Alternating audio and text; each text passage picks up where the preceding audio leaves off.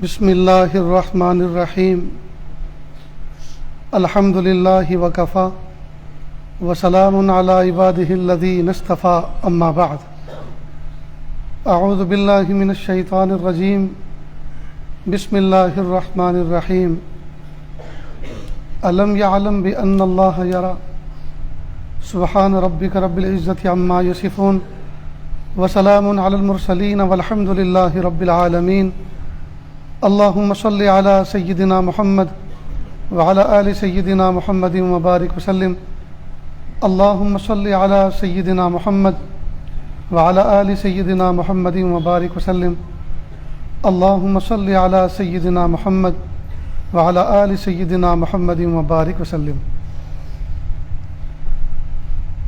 فکر آخرت ایک ایسا عنوان ہے اور ذکر آخرت ایک ایسی نعمت ہے کہ یہ دنیا کی بے ثباتی معلوم ہوتی ہے اور قیامت کے دن اللہ تعالیٰ کے سامنے پیش ہونا اور کھڑے ہونا اس کا احساس ہوتا ہے۔ جن قوموں کے یہاں فکر آخرت کا احساس نہیں ہے وہ قومیں بے راہ روی کا شکار ہیں۔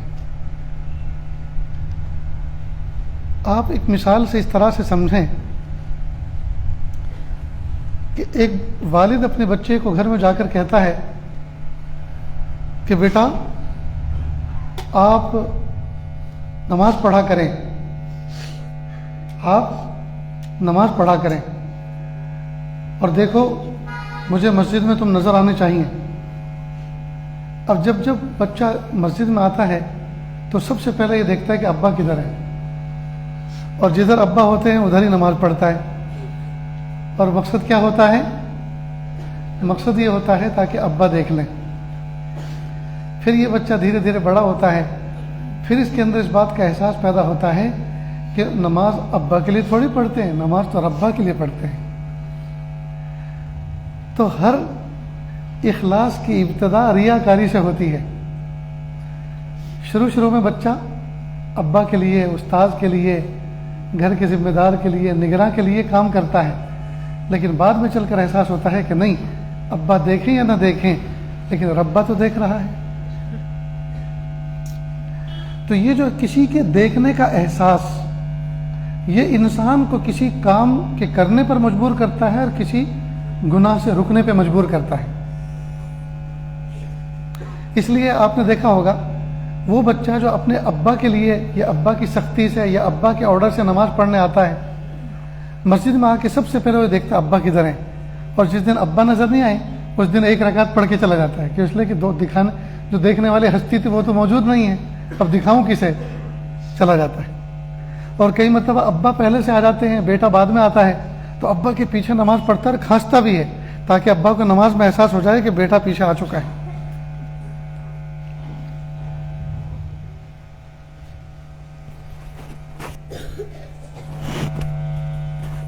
کیا وجہ کیا ہے؟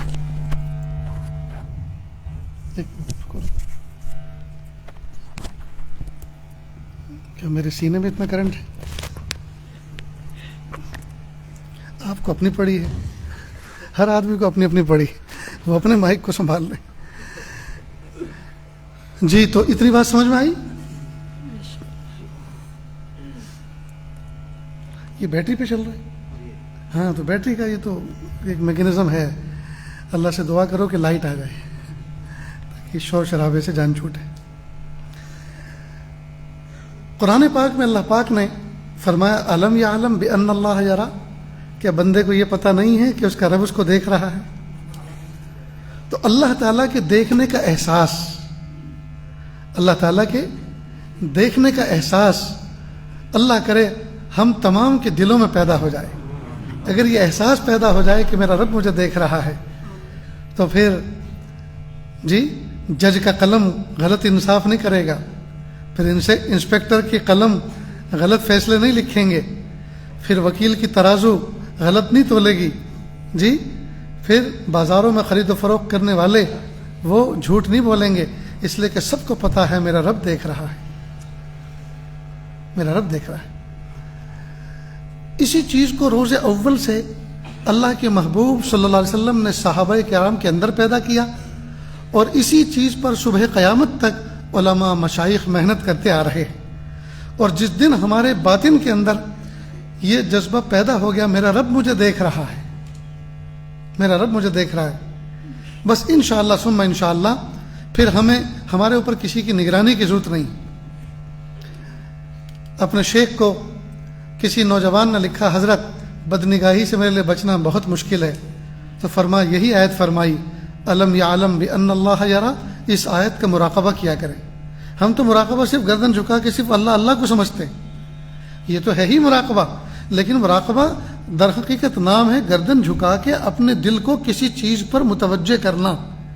تو ذکر پہ متوجہ کرو گے تو اللہ کی ذکر کا مراقبہ کہلائے گا. کسی آیت کے معنی پر متوجہ کرو گے اپنے دل کو تو اس کا مراقبہ کہلائے گا. جذبات تشکر پر اپنی نعمتوں کا استحضار کر کے اپنے دل کو اس پر شکر پہ متوجہ کرو گے تو اس کا مراقبہ کہلائے گا. اور اپنے دل کو اگر موت کی یاد پر متوجہ کرو گے تو مراقبہ موت کہلائے گا. تو مراقبہ موت ہوتا ہے، مراقبہ شکر ہوتا ہے، مراقبہ آیات ہوتا ہے، نہ جانے کتنے مراقبے. تو شیخ نے لکھا کہ آپ الم یعلم بان اللہ یرا، کیا بندہ اس بات کو نہیں جانتا کہ اللہ اس کو دیکھ رہے ہیں؟ اس آیت کا استحضار کرو، اس کا مراقبہ کرو کہ میرا رب، میں ہر دم اللہ کی نظر میں ہوں، میرا رب مجھے دیکھ رہا ہے، میری جلوت کو بھی، میری خلوت کو بھی، میرے دل کے بھید کو بھی، میرے دل دماغ کے خیالات کو بھی، ہر چیز کو میرا رب دیکھ رہا ہے. اور وہ اس بات پر قادر ہے کہ وہ سب کے سامنے مجھے رسوا کر سکتا ہے. وہ اس بات پر قادر ہے کہ ابھی آسمان سے بجلی، کڑکتی ہوئی بجلی برسائے اور مجھے جلا سکتا ہے. وہ اس بات پر قادر ہے کہ پہاڑوں سے پتھر لڑکائے اور مجھے کچل سکتا ہے. لیکن میرے رب کریم کا مجھ پہ کرم ہے کہ باوجود میرے گنہگار ہونے کے اللہ پاک نے مجھے ڈھیل دی. غالباً حضرت عمر فاروق اعظم رضی اللہ تعالیٰ عنہ ایک مرتبہ جنگل سے گزر رہے تھے، ساتھ میں ایک خادم بھی تھے، ساتھی تھے. تو دیکھا کہ ایک بکریوں کا چرواہا بکریاں چرا رہا ہے. تو سوچا کہ ذرا دیکھیں اس کا ایمان کا فگر کیا ہے. تو کہا بیٹا سنو، ایک بکری کا دودھ دھو کے ہمیں پلا دو. تو کہا نہیں، میں بکریوں کا مالک نہیں ہوں، بکریوں کا مالک تو شہر میں بستی میں رہتا ہے، میں تو نگراں اور چرواہا ہوں. میرا کام ان کو چرا دینا اور چرا کے شام کو اس کے ڈیرے پر لے جا کر باندھ دینا ہے. جو ان کا مالک ہے وہی ان کے دودھ کا بھی مالک ہے، لہٰذا میں آپ کو دودھ نہیں پلا سکتا، سوری، معاف کریں. حضرت عمر فاروق اعظم رضی اللہ تعالیٰ عنہ نے دوسرے انداز سے بات کہی کہ سن بھائی، ایک بات، ہم مسافر ہیں، بھوکے پیاسے ہیں، ہمیں تم ایک بکری بیچ دو، ہم اس کا راستے میں دودھ نکال کے پیتے رہیں گے اور آخری منزل پر ہم بھی جا کے بکری کو بیچ دیں گے، ہمارے پیسے ہمیں واپس مل جائیں گے، اور تم بکری بیچ دو گے تو تمہیں بھی پیسے ملیں گے. تو کہا اور مالک؟ اس کو کیا جواب دوں؟ مالک کو کہہ دینا کہ ایک بکری کو بھیڑیا کھا گیا، آئے دن جنگل میں تو بھیڑیے بکری پہ حملہ کرتے ہی رہتے ہیں. تو اس نے کہا ان کان ھذا الامر فأین اللہ، اگر اس طرح سے میں اپنے مالک کو بیوقوف بنا بھی دوں تو میرے اللہ کہاں گئے؟ وہ تو دیکھ رہے ہیں نا، وہ تو یہ سب سن رہے ہیں. یہ جو آپ مجھے سجیشن دے رہے ہیں، یہ جو پلاننگ تیار کر رہے ہیں، اس سے تو وہ واقف ہے نا. حضرت عمر فاروق اعظم رضی اللہ عنہ اس کی کمر تھپ تھپائی، شاباش، اور اللہ کا شکر ادا کیا کہ الحمدللہ میری ماتحتی میں جو رعایا وقت گزار رہی ہے وہ ایمان کے اس مقام پر ہیں کہ کوئی نگراں ان کی نگرانی کرے یا نہ کرے، لیکن ان کے باطن کے اندر یہ چراغ روشن ہے، وہ اس بات کو جانتے ہیں کہ میرا رب مجھے دیکھ رہا ہے. تو دوستو، اگر یہ چیز ہمارے اندر پیدا ہو جائے کہ میرا رب مجھے دیکھ رہا ہے اور قیامت کے دن مجھے اپنے کیے ہوئے کا حساب دینا ہے، قیامت کے دن مجھے حساب دینا ہے، اس بات کا احساس پیدا ہو جائے تو ہماری جلوتیں اور خلوتیں سب برابر ہو جائیں. آج ہمارا حال یہ ہے، ہم جلوت کے پارسا اور خلوت کے پاپی ہیں، مخلوق کے سامنے نیک بنے ہوتے ہیں اور تنہائیوں میں شیطان کو شرما دینے والے کاموں کا ارتکاب کرتے ہیں. ہے نا ایسا دوستو؟ مخلوق کے سامنے ہم سوہنے سجیلے نیک سالے بندے بن کے بیٹھتے ہیں، بزرگ اور پارسا بنے بیٹھتے ہیں، اور جہاں دروازہ بند ہوا، جہاں ونڈو بند ہوئی، اور اس کے بعد ہم شیطانی چنگل میں پھنستے ہیں، ایسی ایسی ویب سائٹ کھولتے ہیں جہاں سوائے بے حیائی اور بے شرمی کی کوئی چیز نہیں ہوتی. اور تنہائی کو ہم اپنی برباد کر رہے ہیں. اللہ اکبر کبیرہ.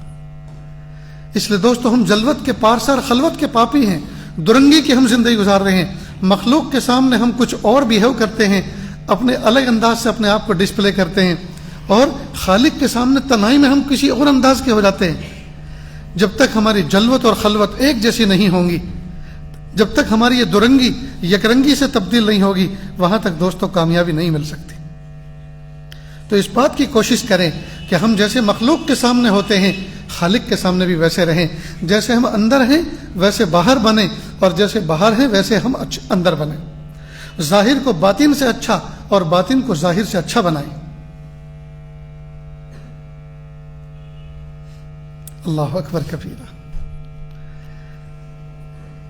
تو یہ فکر آخرت کا جو عقیدہ ہے, باس بعد الموت کا جو عقیدہ ہے, اس عقیدے نے دوستو ہمارا کام بنا رکھا ہے. ورنہ ہم تو کب کے ہلاک ہو چکے ہوتے, ہم تو کب کے ہلاک ہو چکے ہوتے. اللہ کا شکر ہے کہ ایمان کی برکت سے, اسلام کی برکت سے جی یہ جو عقائد ہمیں پڑھائے جاتے ہیں بچپن میں اور مدرسوں کے اندر, مکتب کے اندر پہلی فرصت میں جو پڑھایا جاتا ہے جی والباس بعد الموت, یہ جو عقیدہ ہے باس بعد الموت کا, اس باس بعد الموت کے عقیدے نے ہمیں سنبھالا ہوا ہے. اللہ کے ہمیں منہ دکھانا ہے, اللہ کے ہمیں جواب دینا ہے. مخلوق کے سامنے ہم چھپا لیں گے, مخلوق کو بیوقوف بنا دیں گے, لیکن اللہ تعالیٰ کے یہاں تو ہم نہیں چھپا سکتے. میں تو کہا کرتا ہوں دوستو, سفید سفید کپڑے پہن کر ہم مخلوق کو دھوکہ دے سکتے ہیں, خالق کو تو دھوکہ نہیں دے سکتے. سفید سفید کپڑے پہن کر مخلوق کو دھوکہ دے سکتے ہیں, خالق کو دھوکہ نہیں دے سکتے. ہمارے دل میں اس وقت کیا ہلچل مچ رہی ہے اللہ اس سے بھی واقف ہے. ہم مجلس سے اٹھنے کے بعد کیا گناہ کی پلاننگ کر رہے ہیں اللہ اس سے بھی واقف ہے. ہمارے سیل فون کے اندر کیا کیا تماشے محفوظ ہیں, میموری میں کیا کیا رکھا ہوا ہے اللہ اس سے بھی واقف ہے.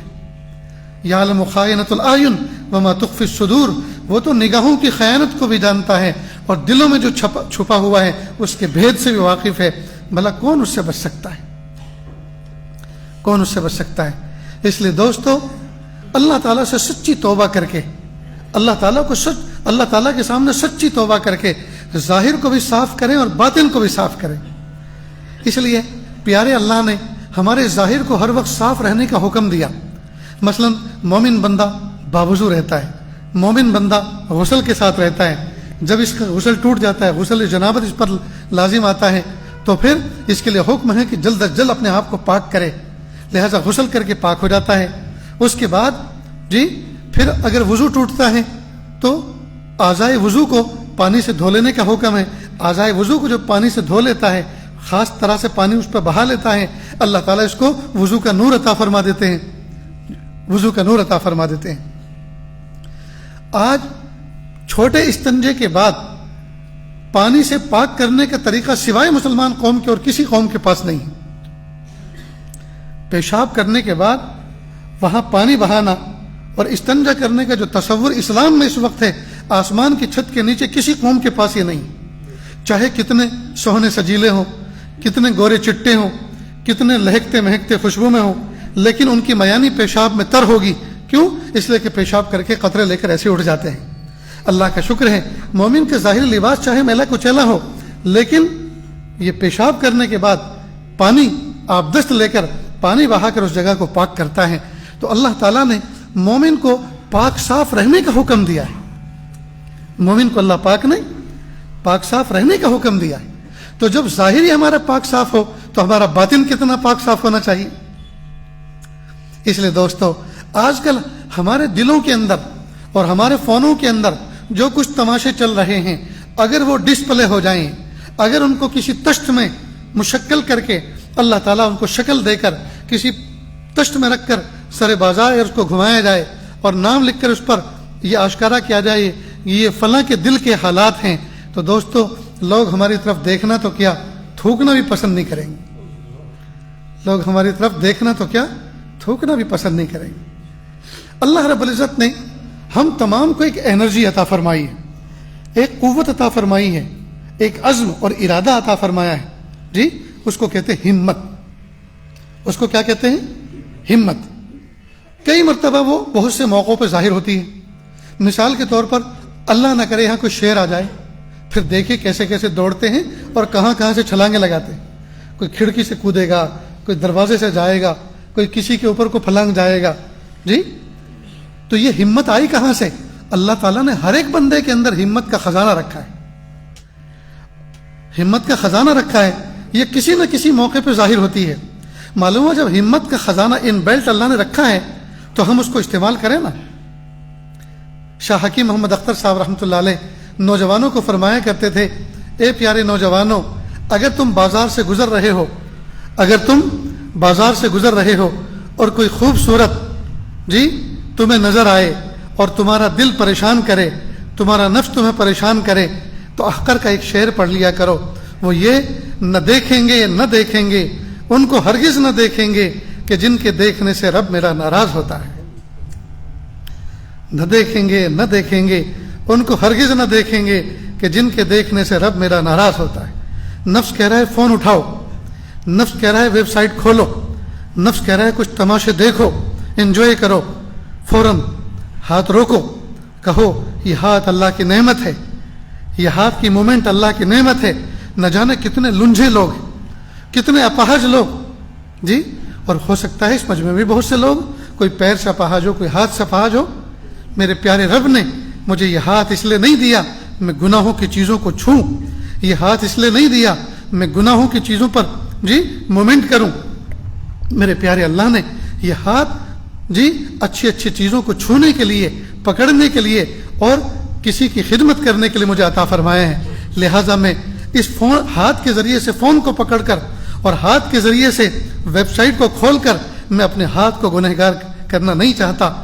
بروز آخرت میدان محشر میں اللہ رب العزت میرے اعضا, میری زبان پر مہر لگا دیں گے اور تمام اعضا کو اجازت دیں گے کہ جن جن اعضا سے تمہارے مالک نے, جس جسم کو میں نے تمہارے مالک کو دیا تھا, تمہارے اعضا نے جو جو گناہ کیے ہیں آج تم گواہی دو.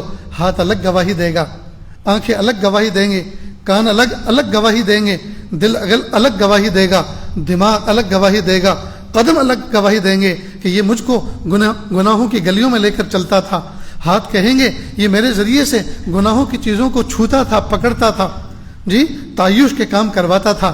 ہائے ہائے, جب دوستو ہمارے اعضا خود ہمارے خلاف گواہی دیں گے یہاں کی عدالتوں میں, اگر سامنے ہمارا دوست ہمارے خلاف گواہی دے, ہمیں افسوس ہوتا رہے یار, میرا دوست ہو کر, میری چائے پی کر, میرے ساتھ بیٹھ کر, میرے ساتھ انجوائے کر کر آج میرا دشمن بن کر عدو کے ساتھ میں کھڑا ہے اور گواہی میرے خلاف دے رہا ہے, میرے خلاف ایویڈنس دے رہا ہے, میرے خلاف وٹنس بن رہا ہے. دوستو کیا گزرے گی جب ہمارے اعضا ہمارے خلاف گواہی دیں گے؟ بتائیے کیا گزرے گی. اس لیے دوستو تنہائیوں کے اندر کئی مرتبہ اپنے اعضا کو مخاطب کر کے کہیں سچی توبہ کرتا ہوں, اللہ کے لیے میری اس توبہ پر گواہ بن جاؤ, جیسے تم میرے گناہوں پر گواہ بنے میری توبہ پہ بھی گواہ بن جاؤ. اور اگر تمہیں اللہ کے حکم سے گواہی دینا ہے تو کہنا کہ ہاں اس نے گناہ کیے, لیکن یہ بھی تو کہہ دینا کہ پیارے اللہ آپ سے ڈر کر توبہ بھی کی تھی, اللہ آپ سے ڈر کے توبہ بھی کی تھی. اس لیے بزرگوں نے ایک تجربے کی بات لکھی ہے کہ جب کسی سرزمین پر, کسی جگہ پر, کسی مقام پر گناہ ہو جائے, گناہ کرنا نہیں ہے لیکن اگر گناہ ہو جائے, اگر ہو جائے تو فوراً اسی جگہ توبہ بھی کر لو, تاکہ قیامت کے دن وہ جگہ اگر گناہ کی گواہی دے تو یہ بھی کہ پیارے اللہ آپ سے ڈر کے اس نے توبہ بھی کر لی تھی, اللہ آپ سے ڈر کے اس نے توبہ بھی کر لی تھی. میرے بھائیو دیکھو ہم سب کے سب گنہگار ہیں جی, کلکم خطاؤن, پیارے محبوب صلی اللہ علیہ وسلم فرمائے کلو بنی آدم خطاؤن. حضرت آدم علیہ السلام کے تمام اولاد خود خطا کار ہیں, گنہگار ہیں. جب محبوب فرما رہے ہیں گنہگار ہیں تو کون یہ دعویٰ کر سکتا ہے میں گنہگار نہیں ہوں؟ گنہگار ہیں. انبیاء کرام کو اللہ پاک نے جی معصوم بنایا ہے, جی معصوم بنایا ہے. باقی سارے کے سارے انسان خطا کار ہیں, کوئی صغیرہ کا مرتکب ہے, کوئی کبیرہ کا, کسی کے گناہ ظاہر ہو گئے, کسی کے چھپے ہوئے ہیں, لیکن ہیں سب کے سب گنہگار, ہیں سب کے سب گنہگار. ٹھیک, لیکن کیا فرمایا محبوب صلی اللہ علیہ وسلم نے آگے, وخیر الخطائین التوابون, اور بہترین خطا کار وہ ہیں جو توبہ کرنے والے ہیں. اب ذرا مضمون کو اس طرح سمجھیں, ہم سب کے سب نہا دھو کر آئے ہیں, صاف ستھرے کپڑے پہنے, جی میں نے بھی صبح غسل کیا, دھلے ہوئے کپڑے پہنے, ٹھیک. سچ بتاؤ دوستو, آپ میں کوئی ایسا عقل مند بھی ہے جو جان بوجھ کے کپڑے گندے کرتا ہے؟ کوئی ہو تو ذرا ہاتھ اٹھائے, میں بھی اس کی زیارت کرنا چاہتا ہوں. ہم میں سے کوئی ایسا بندہ ہے جو جان بوجھ کے کپڑے میلے کرتا ہو؟ لیکن کپڑے میلے ہوتے ہیں کہ نہیں ہوتے؟ باوجود اس کے کہ کپڑے میلے نہ ہوں لیکن شام تک میلے ہوتے ہیں کہ نہیں ہوتے؟ پسینے کی بدبو اس کے اندر سماتی ہے کہ نہیں سماتی؟ معلوم ہوا کپڑے میلے کیا نہیں کرتے لیکن کپڑے میلے ہو جایا کرتے. ٹھیک بالکل اسی طرح مومن گناہ کیا نہیں کرتا, نفس و شیطان اس سے کرا دیا کرتا ہے. جب کپڑے میلے ہو جایا کرتے ہیں تو پھر ان کو پھینکا نہیں کرتے بلکہ دھو لیا کرتے ہیں. جب گناہ کیا نہیں کرتے بلکہ نفس و شیطان کرا دیا کرتا ہے, جب کرا دیا کرتا ہے تو مایوس ہوا نہیں کرتے بلکہ کیا کرتے ہیں؟ توبہ کر لیا کرتے ہیں. جی چالو ہو گیا؟ ہاں یہ چالو ہو جائے گا.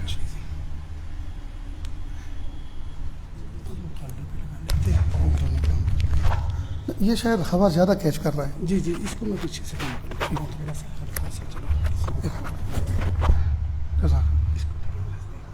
کوئی رومال ہے کسی کے پاس؟ دستی رومال؟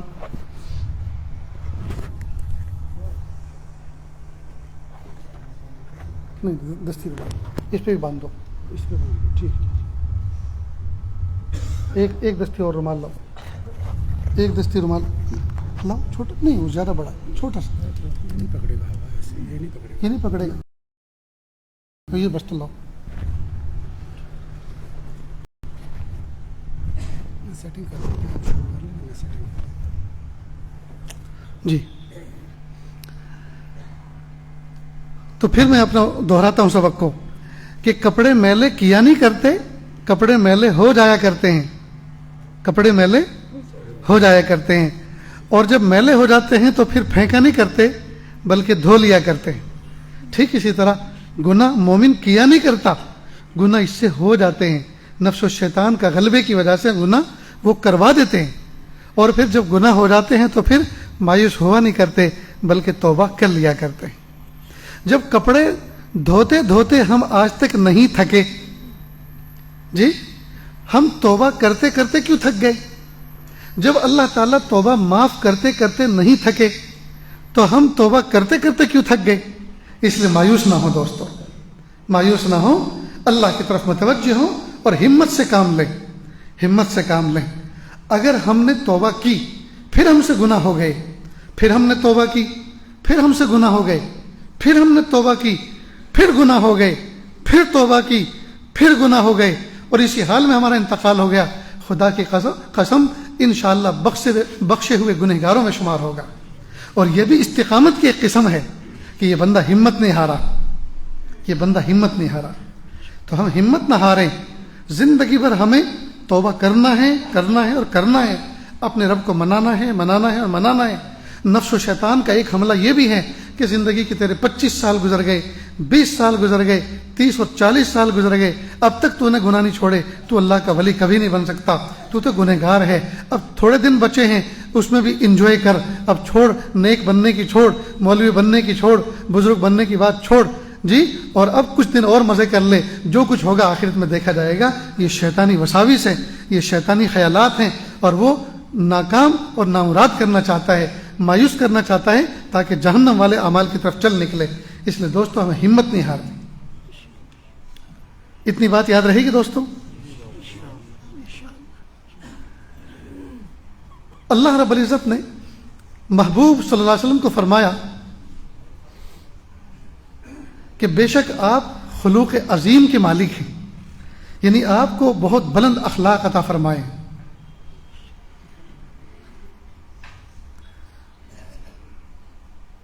یہ اخلاق کیا چیز ہے, ذرا اس کو سمجھنا ہے. آج کا یہ سبق اگر ہم سمجھ جائیں تو انشاءاللہ آج کی مجلس کامیاب ہے. ایک بات کو سمجھیں, ایک ہے انسان کا ظاہر اور ایک ہے باطن.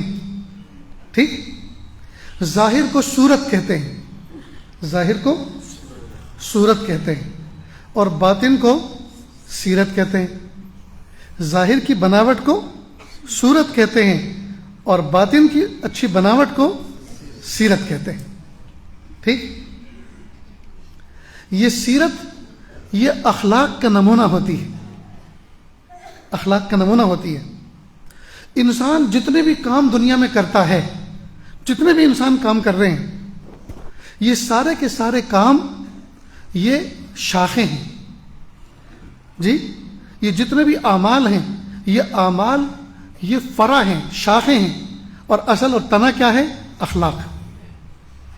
ایک درخت ہوتا ہے، اس کا تنا ہوتا ہے، اور تنے کے بعد اس کی ڈالیاں اور شاخیں ہوتی ہیں۔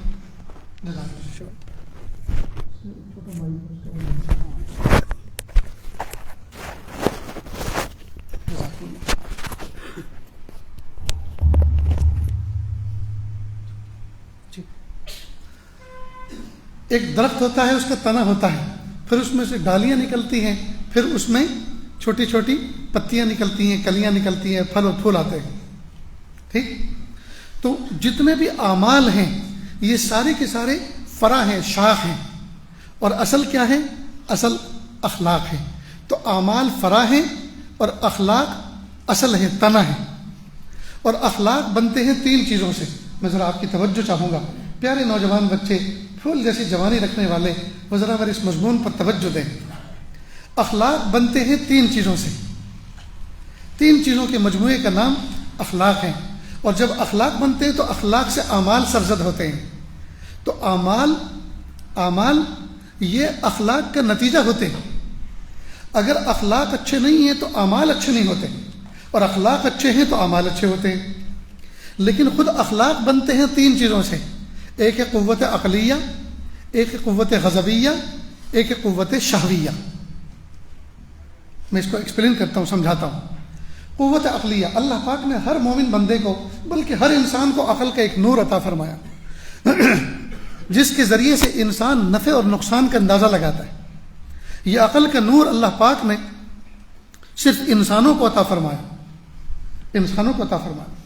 اسی عقل کے نور کی وجہ سے انسان طرح طرح کی ایجادات کرتا ہے، انسان پڑھنے پڑھانے کا کام کرتا ہے، سمجھنے سمجھانے کا کام کرتا ہے، خود بھی سمجھتا ہے، دوسروں کو سمجھاتا ہے، خود بھی برائی سے بچتا ہے، دوسروں کو بچاتا ہے، خود بھی ایک راستے پہ چلتا ہے، دوسروں کو بھی چلاتا ہے۔ یہ کام صرف انسانوں میں ہے، جانوروں میں نہیں ہے، پرندوں میں نہیں ہے، چرندوں میں نہیں ہے، درندوں میں نہیں ہے۔ کیوں؟ اس لیے کہ اللہ پاک نے اس مخلوق کو، ان مخلوقات کو عقل کا نور نہیں عطا فرمایا۔ عقل کا نور اللہ پاک نے انسانوں کو عطا فرمایا۔ اب یہ جو قوت عقلیہ ہے، یہ جو قوت عقلیہ ہے، اس قوت عقلیہ کو جو اللہ پاک نے نور بنا کے انسان کو عطا فرمایا، اس کے ذریعے سے بندہ نفع اور نقصان کا اندازہ لگاتا ہے۔ ٹھیک؟ معلوم ہوا اللہ تعالیٰ سے اس نعمت کا سوال کرنا چاہیے، پیارے اللہ بہترین سے بہترین ہمیں قوت عقلیہ عطا فرما، نفع نقصان کو پہچاننے کا شعور عطا فرما۔ اب اس کا ایک اعلیٰ فرد ہے جس کو افراد کہتے ہیں، اور ایک نچلا فرد ہے جس کو تفرید کہتے ہیں، اور دونوں ناپسند ہیں۔ اس کا ایک بیچ کا فرد ہے جس کو اعتدال کہتے ہیں۔ سمجھ گئے؟ سمجھ میں آئی دوستو بات؟ قوت عقلیہ کا اعلیٰ فرد یہ ہے کہ آدمی کی عقل اتنی بڑھے، قرآن کا انکار، وحی کا انکار، فرشتوں کا انکار، اللہ کے وجود کا انکار، یہ قوت عقلیہ کا افراط ہے۔ یعنی انسان اپنے آپ کو اتنا بڑا سمجھ رہا ہے کہ ان سب چیزوں کا انکار کر رہا ہے، ان سب چیزوں کا انکار کر رہا ہے۔ اللہ اس سے حفاظت فرمائے۔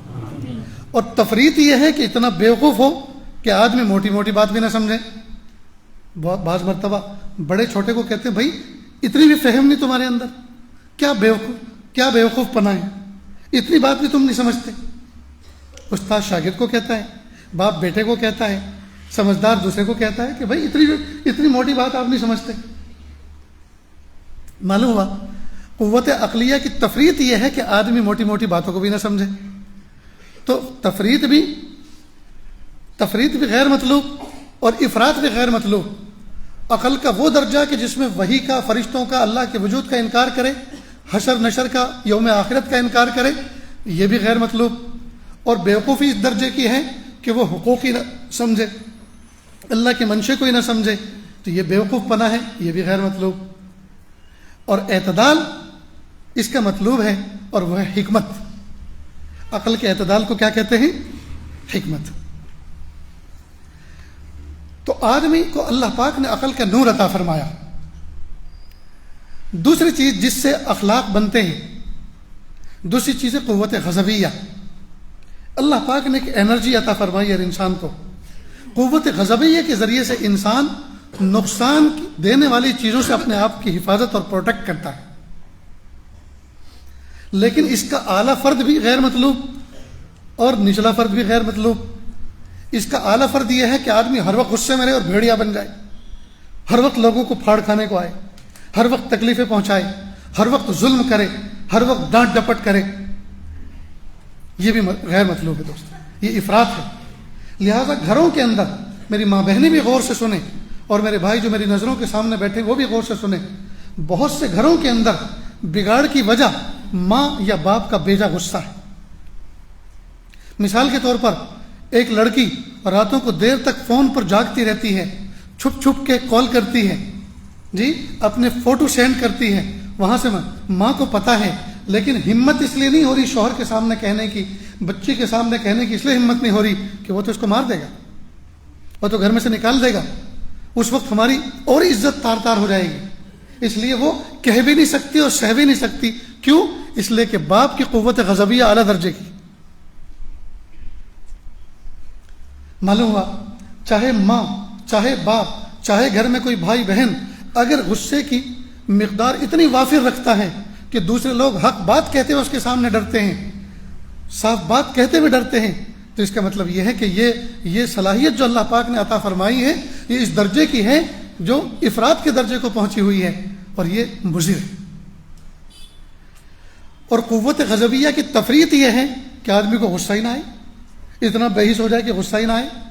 دیکھو یہ ایک نعمت ہے اللہ کی. اگر غصہ نہیں ہوگا تو آدمی اپنے شاعر اللہ کی کیسے حفاظت کرے گا، اپنے بیوی بچوں کی عزت آبرو کی کیسے حفاظت کرے گا. کچھ اوباش قسم کے نوجوان لوگ آ کے کھڑے ہوتے ہیں ہمارے دروازے کے باہر، ونڈو کے باہر، جی تو اگر غصہ ہوگا، اے کیا ہے بھائی یہاں کیوں کھڑے ہو، تو اگر سرخ آنکھیں کر کے دو چار الفاظ غصے میں کہے گا تو بھاگیں گے کہ نہیں بھاگیں گے. اور اگر کچھ نہیں بولے گا تو وہ تو اور زیادہ دوستوں کو بلا کے لائیں گے اور وہاں تماشا بنائیں گے اور ویڈیو بنائیں گے. معلوم ہوا قوت غضبیہ کا افراط بھی غیر مطلوب اور تفریط بھی غیر مطلوب. اس کا درجہ بیچ کا جس کو اعتدال کہتے ہیں اس کو کہتے ہیں حکمت، اس کو کہتے ہیں شجاعت. قوت غضبیہ کا جو اعلیٰ فرد ہے، یہ اعتدال کا فرد ہے، اس کو کہتے ہیں شجاعت. یہ مطلوب ہے شجاعت مطلوب. اس لیے غصہ دوستو ایک انرجی ہے. غصہ اللہ کی ایک نعمت ہے، جیسے پیسہ اللہ کی ایک نعمت ہے، لیکن اسی پیسے سے کوئی جوا کھیلے تو غلط کر رہا ہے، شراب پیے تو غلط کر رہا ہے، نشے کی چیزیں خریدے تو غلط کر رہا ہے، کسی پر ظلم کرنے کی پلاننگ پیسے کے ذریعے سے کرے تو غلط کر رہا ہے، اللہ کی نعمت کو غلط جگہ استعمال کر رہا ہے. ٹھیک اسی طرہ غصہ ایک نعمت ہے، اس کے ذریعے سے آدمی ظلم کر رہا ہے تو غلط کر رہا ہے، اور اس کے ذریعے سے اگر کسی ظالم کے ہاتھ کو روک رہا ہے، دھمکا رہا ہے، تو یہ اللہ تعالیٰ کی طرف سے ایک خاص انعام ہے. تو اخلاق جن چیزوں سے بنتے ہیں ان میں سے ایک ہے قوت عقلیہ اور ایک ہے قوت غضبیہ. یہ دو بات سمجھ گئے. قوت عقلیہ کا اعلیٰ فرد افراط، یہ بھی غیر مطلوب، تفریط یہ بھی غیر مطلوب. اسی طرح قوت غضبیہ کا افراط یہ بھی غیر مطلوب، اور نچلا درجہ تفریط یہ بھی غیر مطلوب. قوت عقلیہ کا اعتدال حکمت کہلاتا ہے جو مطلوب ہے، اور قوت غضبیہ کا اعتدال شجاعت کہلاتا ہے جو مطلوب ہے. دو بات سمجھ گئے. اب تیسرا جس سے اخلاق بنتے ہیں، انسان کا باطن میں سیرت بنتی ہے، اخلاق بنتے ہیں، تیسرا فرد ہے قوت شہویہ. شہویہ یہ لفظ شہوت اشتہا سے بنا ہے. شہوت کا مطلب ہم لوگ صرف سیکسول جذبات کو ہی سمجھتے ہیں، یقیناً وہ بھی ایک فرد ہے اس کا، لیکن شہوت کا مطلب صرف سیکسول جذبات نہیں ہے، بلکہ ہر قسم کی چاہت کو اشتہا سے اور قوت شہویہ سے تعبیر کرتے ہیں. چاہتیں جو انسان کے اندر آتی ہیں، چاہتیں چاہے وہ اچھی چیزوں کی ہے یا بری، ان چاہتوں کو قوت شہویہ کا اثر کہتے ہیں. یہ جو چاہتے ہیں یہ قوت شہویہ کا اثر ہے. اب اس کا اعلیٰ فرد افراط وہ بھی غیر مطلوب. اگر یہ قوت شہویہ اتنی بڑی ہو، کیا حلال کیا حرام سب برابر، کیا بیوی اور کیا خادمہ، سب برابر. تو اس کا مطلب یہ ہوا کہ قوت شہویہ یہ اعلیٰ درجے کی. پھر شہوت کا تعلق صرف سیکسول جذبات ہی سے نہیں ہے. بہت سے لوگوں کو کھانے کی شہوت ہوتی ہے، اشتہا ہوتی ہے. مثلا 2 آدمیوں کے یہاں سے دعوت آئی، ایک نے کہا میرے یہاں عقیقہ ہے، دوسرے نے کہا میرے یہاں ولیمہ ہے. دونوں کی دعوت قبول کر لی. پہلے والے کے یہاں اول وقت میں کھانے چلے گئے اور دوسرے والے کے یہاں آخری وقت میں کھانے چلے گئے. نپٹایا دونوں کو. جی اس کے یہاں 11:30 12 بجے کھانے چلے گئے اور اس کے یہاں 3 بجے گئے کہ پہلے والے کا ہضم ہو گیا. اور دوسرے کو کیا کہا، وہ ذرا کچھ کام نکل آیا تھا اس لیے. کام نہیں نکل آیا تھا، وہ پہلے کو ہضم کر رہا تھا تاکہ دوسرے کے یہاں جا کے بھی اچھی طرح سے آلتی پالتی لگا کے 4 زانوں بیٹھ کے کھا سکیں. جی اور اگر تیسرے کے یہاں سے دعوت آئی تو وہ بھی قبول. اس کے یہاں کہتے ذرا مجبور ہوں، مہمان آگے، میرا ٹفن بھیج رہا ہوں میں، ذرا وہ بھر کے بھیج دینا. کیا مطلب اس کا؟ یہ قوت شہویہ کا اعلیٰ درجہ افراد کا شکار ہے. پیاری والدہ نے، پیاری بیوی نے بہترین ڈشز تیار کی، بہترین پکوان گھر میں تیار کیے، پیٹ بھر کے کھایا. اس کے بعد بائک لے کر شہر میں نکلا، تالاب کھٹیا گیا اور وہاں جا کر پھر وہاں کوئی تندوری کھا کے آیا، پھر وہاں چکن چائنیز کھا کر آیا، وہاں 65 اڑا کر آیا. کیا مطلب؟ یہ قوت شہویہ کا افراد ہے. بہترین کپڑے ڈریسز موجود ہیں، لیکن ایک مرتبہ دیکھا کہ یار یہاں نیا مال بنا ہے، چلو یہاں دیکھ کے آتا ہوں. وہاں سے ٹی شرٹ لے کر آ رہا ہے، وہاں سے جینس لے کر آ رہا ہے. جی اس کا مطلب گھر کے اندر بہترین لباس موجود ہیں، ضرورت نہیں تھی کئی سال تک چلیں، کپڑے اتنے موجود ہیں، پھر لے کر آئے، معلوم ہوا قوت شہویہ کا افراد. مالدار ہے، گھر بہترین بنا ہوا موجود ہے، لیکن نہیں ایک اور بنا رہا ہے، ایک اور بنا رہا ہے. قوت شہویہ کا افراد ہے.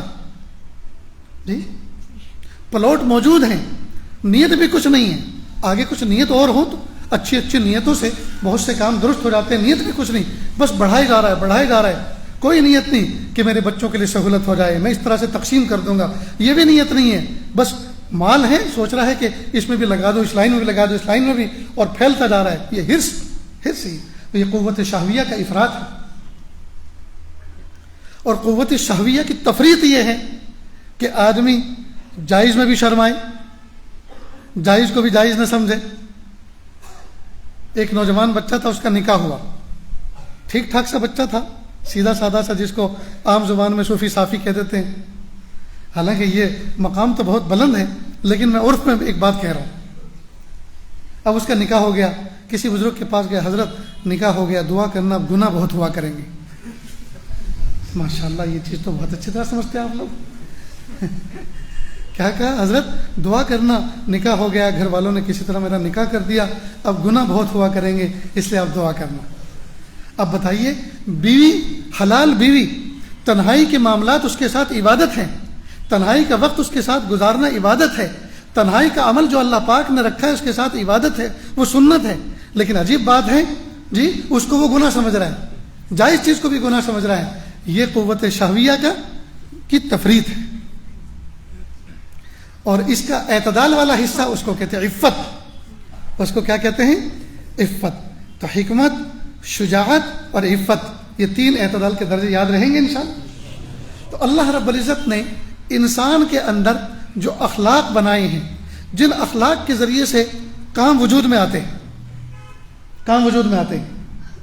تو جتنے بھی کام، جتنے بھی اعمال ہیں بندے کے، چاہے وہ بولنا ہو، چاہے وہ ہنسنا ہو، چاہے کسی کی خدمت کرنا ہو، چاہے کسی کا تعاون کرنا ہو، چاہے کسی کی رہبری کرنا ہو، جی چاہے پڑھنا پڑھانا ہو، جی چاہے کچھ مشورہ دینا ہو، چاہے کوئی سوشل ورک کرنا ہو، جی جتنے بھی اعمال بندہ وجود میں لاتا ہے، ہم میں سے جتنے بھی لوگ اعمال کرتے ہیں، یہ سارے کے سارے اعمال ہمارے اخلاق کا نتیجہ ہیں. اور اخلاق بنتے ہیں 3 چیزوں سے. اگر ان 3 چیزوں کے اندر اعتدال نہیں ہے تو اعمال بھی گڑبڑا جاتے ہیں، اعمال بھی گڑبڑا جاتے ہیں. اور اگر یہ تینوں چیزیں اعتدال پر ہیں تو اخلاق بھی اعتدال پر ہوتے ہیں، اور انہی اخلاق کا ڈسپلے اعمال کے ذریعے سے ظاہر ہوتا ہے. پتہ نہیں میں اپنا سبق آپ کو سمجھا پایا کہ نہیں. اللہ رب العزت ہمیں صحیح سمجھنے کی توفیق عطا فرمائے. اس لیے دوستو، ہمارے اکابر مشائخ لوگوں کے ظاہری حالات کو دیکھ کر اندازہ لگا لیتے تھے کہ باطن کیسا ہے، باطن کیسا ہے.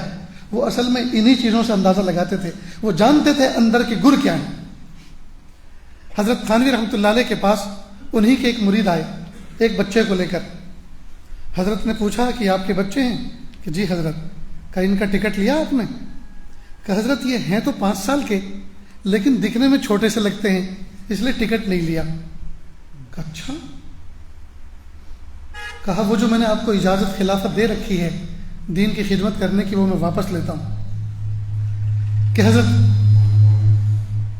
حضرت معاف کر دیجئے، ایسا نہ کیجئے، ادھر سے میں جب جاؤں گا تو 2 ٹکٹ خریدوں گا اس بچے کے لیے، ایک کو پھاڑ کے پھینک دوں گا تاکہ ریلوے کمپنی کو پیسہ پہنچ جائے، جو آتے وقت کا میں نے نہیں لیا وہ بھی جمع ہو جائے، اور جاتے وقت کا میں ٹکٹ لے ہی رہا ہوں وہ تو ہوگا ہی جمع۔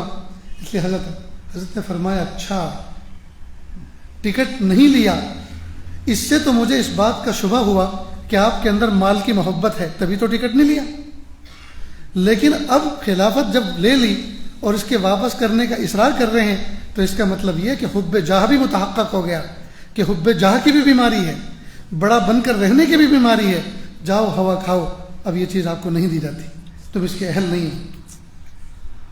تو دیکھیے ایک ٹکٹ سے اندازہ لگا لیا، ایک ٹکٹ کے نہ لینے سے اندازہ لگا لیا کہ کیا کیا مرض ہے، کیا کیا مرض ہے۔ اس لیے اللہ والے یہ قلوب کے جاسوس ہوتے ہیں، دلوں کے بھید کے جاسوس ہوتے ہیں۔ وہ کھانے کے اٹھتے ہوئے لقموں سے اندازہ لگا لیتے ہیں کھانے کی کتنی حرص اندر موجود ہے، کھانے کی حرص کتنی موجود ہے۔ آپ نے دیکھا ہوگا کئی مرتبہ جی کہ آدمی اپنے سامنے کی بوٹی تو کھا لیتا ہے اور دوسرے کے سامنے جو بوٹی اس کو اپنی طرف لائے کیسے، اس کے سامنے سے ہاتھ ڈال کے لانا تو اچھی بات نہیں ہے، تو نمک ڈالنے کے بہانے سے ایسا ہلاتا ہے کہ وہ بوٹی بھی ادھر آ جاتی ہے، جاؤ ہوا کھاؤ۔ اس کا مطلب کیا ہوا؟ اس کا مطلب یہ ہوا کہ اندر حرص موجود۔ مرکز نظام الدین کا واقعہ ہے، حضرت مولانا انعام الحسن صاحب رحمۃ اللہ علیہ جب حیات تھے اس زمانے میں کوئی جماعت آئی، 30-40 دن چلہ پورا کر کے آئی جماعت، دسترخوان بچھانے کا وقت تھا، کہا بھی چلو کھانے بیٹھ جاؤ، کھانے بیٹھ گئے۔ جیسے کھانے بیٹھے تو فوراً اس کے بعد کہا اچھا بھائی دیکھو 40 دن میں آپ دعائیں سیکھ کر آئے ہیں، نمازیں سیکھ کر آئے ہیں، فکر آخرت تمہارے اندر آیا ہے، شوق آیا ہے، اس کو باقی رکھیں اور مسجد وار جماعت میں جڑے رہیں، گھر کی تعلیم کو زندہ رکھیں، کتابوں کو پڑھیں، علماء صلحاء سے رابطہ کریں، جوڑیں، اس طرح سے نصیحت کی اور جائیے، بیوی بچے انتظار کر رہے ہوں گے۔ امیر صاحب نے کہا کہ حضرت کارگزاری تو یہ باقی ہے، کہ نہیں کارگزاری تو ہو چکی۔ تو حضرت نے جب یہ کہا کارگزاری تو ہو چکی تو امیر صاحب نے تیز آنکھوں سے اپنے ساتھیوں کو دیکھا، میری اجازت کے بغیر کس نے کارگزاری سنا دی؟ تو سب نے کہا ہم نے تو نہیں سنائی۔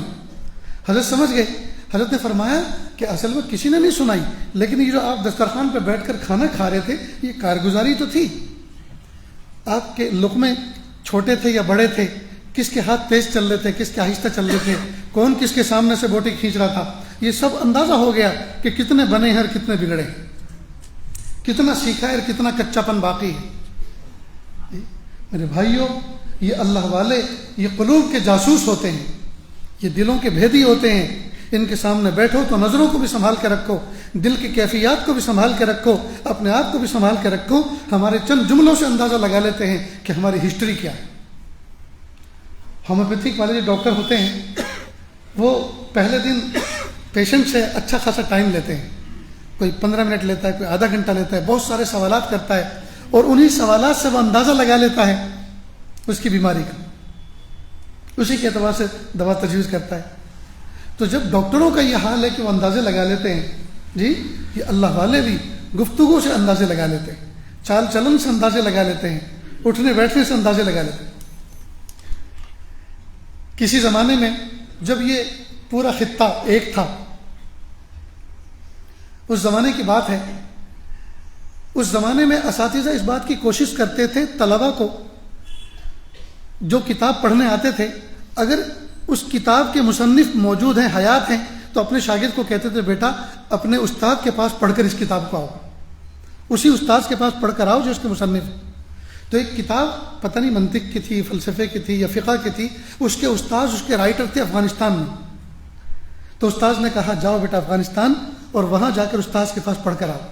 اب یہ بچہ پیدل نہ جانے کیسے کیسے وہاں پہنچا، ہفتوں مہینوں لگ گئے.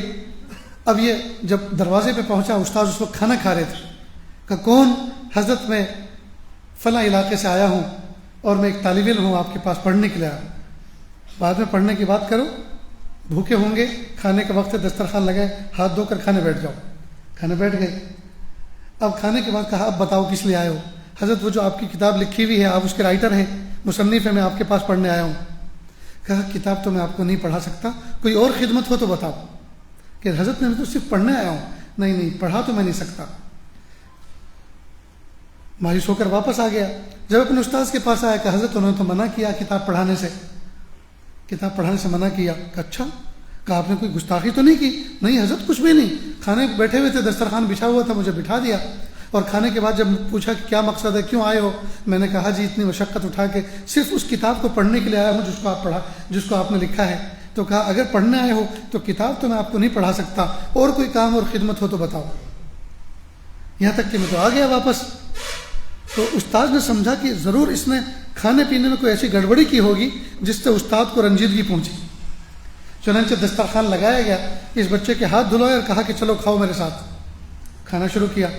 اب یہ جو بچہ کھا رہا تھا اس پہ کڑی نظر رکھی کہ دیکھیں یہ کس طرح سے کھاتا ہے. تو کھاتے ہوئے اس کی ایک خامی نظر آئی، ڈیٹیکٹ ہوئی. اور وہ خامی کیا تھی کہ سالن کے تناسب سے لقمہ بڑا بنا رہا تھا. سبزی اور سالن جو بھی کچھ تھا اس کے لیے جتنے درجے کا لقمہ ہونا چاہیے تھا، تو لقمے کے مقابلے میں سبزی زیادہ اٹھا رہا تھا. لقمہ چھوٹا اور سالن زیادہ لے رہا تھا، سبزی زیادہ لے رہا تھا. تو سمجھ گئے اوہو اس کے اندر طبیعت میں اعتدال نہیں ہے. اس لیے وہ استاد بازوق تھے. انہوں نے کہا کہ یہ کتنی تکلیف کا میرا باعث بنے گا. ابھی تو ایک چیز میں عدم اعتدال سمجھ میں آیا، اور نہ جانے کن کن چیزوں میں بعد میں پتہ چلے گا. کیوں دکھ اٹھائے، دکھ سہے، تکلیف اٹھائی، ابھی سے اس کو رخصت کر دیتے. پہلے کہیں اخلاق سیکھ لے، کہیں پہلے اپنے عادات کو درست کر لے، اس کے بعد ہمارے پاس آئے. میرے بھائیو، ہم اپنے اخلاق کو درست کریں. اور اخلاق کے لیے جو 3 چیزیں بنیادی ہیں، قوت غضبیہ، قوت عقلیہ، قوت غضبیہ، قوت شہویہ. اللہ تعالیٰ سے اس کا اعتدال مانگیں، اس کا اعلیٰ فرد مانگیں. اور اس میں جو افراط و تفریط ہے اس سے بچیں. اسی افراط و تفریط کی وجہ سے ہمارے گھروں کے اندر دوستوں ناچاقیاں ہیں، ہمارے خاندانوں کے اندر ناچاقیاں ہیں، ہمارے گھروں کے اندر بے رویہ ہیں. ہمارے نوجوان بچے اور بچیاں جو ہمارے ہاتھوں سے نکل گئے ہیں، یہ انہی تینوں قوت کے اندر کسی نہ کسی بے اعتدالی کا نتیجہ ہے. کسی نہ کسی بے اعتدالی کا نتیجہ ہے. اس لیے ہاتھ جوڑ کے میں آپ سے درخواست کرتا ہوں، ہاتھوں کا پیالہ پھیلائیں اللہ کے سامنے اور اللہ سے مانگیں، میرے پیارے اللہ مجھے اعلیٰ قسم کے اخلاق عطا فرما. پیارے اللہ مجھے اعلیٰ قسم کے اخلاق عطا فرما. جو میرے بچے پھول جیسے بچے اللہ جو مجھے آپ نے عطا فرمائے ہیں، اللہ ان بچوں کو میری آنکھوں کی ٹھنڈک بنا. اللہ دنیا میں بھی میری نجات کا باعث بنا، عزت کا باعث بنا، اور قیامت کے دن میدان محشر میں بھی میری عزت اور نجات کا باعث بنا. اور دوستو، یہ جو موضوع ہے کہ فکر آخرت جتنا ہمارے اندر اجاگر ہوگا، اللہ تعالیٰ کے سامنے جواب دہی کا جتنا زیادہ احساس ہمارے اندر ہوگا، جتنا جواب دہی کا احساس ہمارے اندر ہوگا، اتنا ہم راہ راست پہ رہیں گے. اس لیے دوستو، کسی کمپیوٹر آپریٹر سے، کسی کمپیوٹر ڈیزائنر سے آپ یہ لکھ کے لگائیں اپنی دیواروں پر، جہاں لیٹتے ہیں سامنے آپ کی نظر رہے، میں ہر دم اللہ کی نظر میں ہوں، میں ہر دم اللہ کی نظر میں ہوں. اللہ دیکھ رہا ہے، اللہ سن رہا ہے، اللہ دیکھ رہا ہے، اللہ سن رہا ہے. میں جو بول رہا ہوں وہ بھی سن رہا ہے، اور جو میں کر رہا ہوں اس کو بھی دیکھ رہا ہے. الم یعلم بان اللہ یرا، کیا تو نہیں جانتا، کیا تجھے خبر نہیں ہے کہ اللہ تعالیٰ تجھ سے واقف ہے، تجھے دیکھ رہے ہیں. ان ربک لبالمرصاد، بے شک تیرا رب تیری گھات میں ہے. اس قسم کے تذکیری جملے ہم اپنے آفس کے اندر یا جن مقامات پر گناہ سرزد ہو سکتے ہیں ان مقامات کے اوپر ہم لگا کے رکھیں، تاکہ ہمیں وہ بار بار ریمائنڈر دیتے رہیں، ہمیں بار بار ریمائنڈر دیتے رہیں. ہم اپنے سیل فون کی اسکرین پر اس کو لگائیں، ہم ڈیسک ٹاپ پہ اس کو لگائیں، کہ اللہ تعالیٰ دیکھ رہے ہیں، اللہ سن رہے ہیں، بے شک اللہ تعالیٰ تیری گھات میں ہے. ان ربک لبالمرصاد، بے شک تیرا رب تیری گھات میں ہے. اگر ہم ان چیزوں کو سامنے رکھیں گے تو انشاءاللہ، اور اس کا مراقبہ کریں گے، اس کو اپنے اندر اتاریں گے، میرا ہر دم میرا رب میرے ساتھ ہے، ہر دم میں اپنے رب کی نظر میں ہوں تو انشاءاللہ غلطی نہیں ہوگی، انشاءاللہ غلطی نہیں ہوگی۔ آپ نے دیکھا ہوگا کہ اگر کوئی بچہ نماز کے اندر پیچھے کی صف میں شرارت کر رہا ہے اور اس کے ساتھی اس کو کوہنی مار کے کہتا ہے تیرے ابا تجھے دیکھ رہے ہیں، تو بچہ ایک دم چپ چاپ سیدھا ہو جاتا ہے، اور سجدے میں جا کر کئی مطلب پیچھے دیکھتا بھی ہے کہ ابا پیچھے ہیں کہ نہیں ہے جی، اور نہیں ہوتے ہیں تو پہلے سے زیادہ شرارت کرتا ہے۔ تو ابا کا کوئی احساس دلا دے کہ تیرا ابا تجھے دیکھ رہا ہے، بچے کو کوئی احساس دلا دے تو بچہ شرارت نہیں کرتا۔ اگر کوئی بندے کو اس بات کا احساس پیدا کرا دے تیرا رب تجھے دیکھ رہا ہے تو پھر یہ بندہ گناہ نہیں کرتا، گناہ نہیں کرتا۔ اور دوستو دنیا میں جتنے بھی نقصان ہوتے ہیں یہ کسی غفلت کا نتیجہ ہوتے ہیں۔ اگر کوئی ماہر ڈرائیور گاڑی چلا رہا ہے اور اچانک ایکسیڈنٹ ہو جائے، اس سے کوئی پوچھے بھائی آپ تو اتنے ماہر ہو کہ آپ سے تو ڈرائیونگ ہم نے سیکھی ہے اور آپ نے یہ کیسے غلطی کر ڈالی؟ کہ یار مت پوچھو، میں ادھر کو دیکھ رہا تھا، تھوڑا سا غافل ہوا اصل راستے سے اور فوراً گاڑی ٹھک گئی۔ معلوم ہوا سامنے کی طرف سے بندہ جہاں غافل ہوا تو ایکسیڈنٹ کا حادثہ وجود میں آیا۔ ہماری ماں بہنیں کچن کے اندر چولہے پر وہ جو پلیٹ فارم ہوتا ہے کھڑی رہتی ہیں اور پتیلی میں نظر رکھتی ہیں، اور جہاں ذرا سی غافل ہوئی، جہاں ذرا فون دیکھا، دودھ ابل گیا۔ کوئی پوچھتے کہ کیوں دودھ ابلا؟ کہ اتنی دیر سے کھڑی تھی بالکل ہلنا ہی، اتنی دیر سے دیکھ رہی تھی دودھ کو، بالکل اس میں جوش نہیں آیا، اور ذرا سی ادھر غافل ہوئی اور فوراً دودھ ابل گیا۔ معلوم ہوا اگر کچن کے اندر ہماری ماں بہن کی توجہ پتیلی سے ہٹتی ہے، دیگچی سے ہٹتی ہے تو دودھ ابل جاتا ہے، توے سے ہٹتی ہے تو روٹی جل جاتی ہے، کوکر سے اور سالن سے ہٹتی ہے تو سالن جل جاتا ہے۔ معلوم ہوا یہ جتنے بھی حادثے وجود میں آتے ہیں یہ سارے کے سارے کسی غفلت کا نتیجہ ہے۔ ٹھیک بالکل اسی طرح جب بندے کی توجہ اپنے ربا سے ہٹتی ہے تو گناہ کا حادثہ وجود میں آتا ہے۔ جب بندے کی توجہ اپنے ربا سے ہٹتی ہے تو گناہ کا حادثہ وجود میں آتا ہے۔ کیوں؟ اس لیے کہ جس وقت وہ گناہ کر رہا ہے اس وقت اس بات کو بھول چکا ہے میرا رب مجھے دیکھ رہا ہے، اور اس بات پر قادر ہے کہ اسی وقت آسمان سے بجلی گرائے اور ہلاک کر دے۔ اس بات پر قادر ہے کہ جن چہار دیواریوں کے اندر گناہ کر رہا ہے ساری دیواروں کو اوپن کر دے، گرا دے، اور سارے کے سارے لوگ رنگے ہاتھوں دیکھ لے۔ جی کیا عزت رہے گی سماج کے اندر، کیا عزت رہے گی معاشرے کے اندر؟ اللہ اس بات پر قادر ہے۔ ایک باغ کا مالک تھا، ملینر بلینر آدمی تھا، شہر میں رہتا تھا، باغ کہیں جنگل میں تھا، پہاڑ کے کہیں دامن میں تھا۔ یہ باغ کا مالک باغ میں پہنچا، وہاں ایک مالک اپنی مالن اپنی بیوی کے ساتھ وہاں رہتا تھا، بچوں کے ساتھ۔ جیسے یہ باغ میں انٹر ہوا تو مالک کی بیوی پہ اس کی نظر پڑی اور نظر خطا کر گئی۔ نظروں نے جب اس کو دیکھا تو دل میں گناہ کا جذبہ پیدا ہو گیا، فوراً اندر گیا جو اس نے فارم ہاؤس بنایا تھا اور اس مالک کو بلایا اور کہا کہ تمہارے چھوٹے چھوٹے بچے ہیں، لو یہ پیسے ذرا ان کو لے کر بازار میں گھما کے لاؤ، اور کچھ پیسے زیادہ دیے کہ کچھ چیز دلوا کے لانا۔ اس طرح سے اس نے تنہائی پیدا کر لی۔ جو مالی کی بیوی تھی اس کو اس بات کا احساس ہو گیا آج شاید میری عزت پر آ بنی ہے۔ وہ عفیفہ، نقیہ، تقیہ، ذکیہ قسم کی بندی تھی۔ اس نے سوچا ہائے آج میری عزت پر آ بنی ہے۔ چنانچہ جب وہ دور چلا گیا اپنے بچوں کو لے کر، مالک نے اس کو آواز دی، اس کی بیوی کو، ادھر آؤ۔